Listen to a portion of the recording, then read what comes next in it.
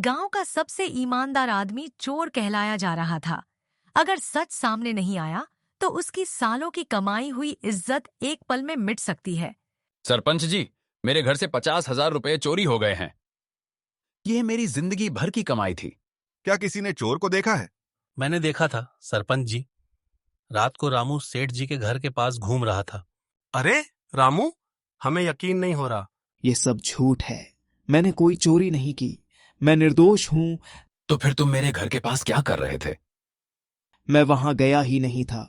इसी बीच जब बहस जोरों पर थी, तभी अचानक रामू की माँ वहां पहुंच जाती है।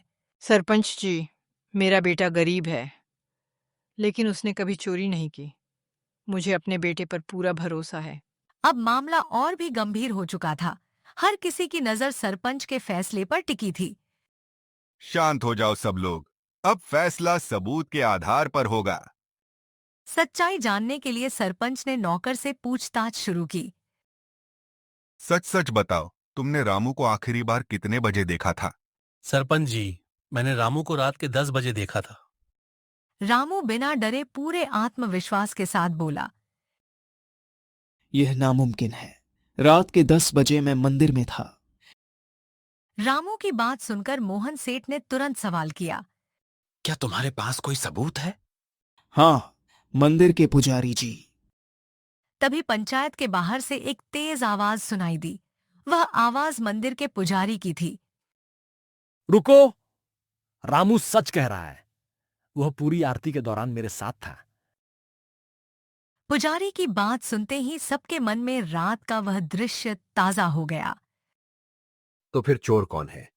अब सबकी नजर नौकर पर टिक गई। नौकर के चेहरे की घबराहट देखकर सरपंच को उस पर शक होने लगा। सच सच बताओ, वरना तुम्हारी सजा और बढ़ जाएगी। सच सामने आते ही मोहन सेठ को अपनी गलती का एहसास हो गया। रामू, मुझे माफ कर दो। मैंने बिना सबूत के तुम पर शक किया।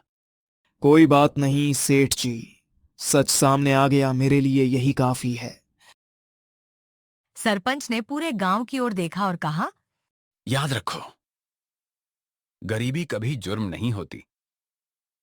झूठ और लालच ही असली जुर्म है। उस दिन पूरे गांव ने एक बड़ी सीख ली। रामू की इज्जत पहले से भी ज्यादा बढ़ गई। सीख, किसी पर बिना सबूत के आरोप कभी नहीं लगाना चाहिए। सच और ईमानदारी की जीत हमेशा होती है।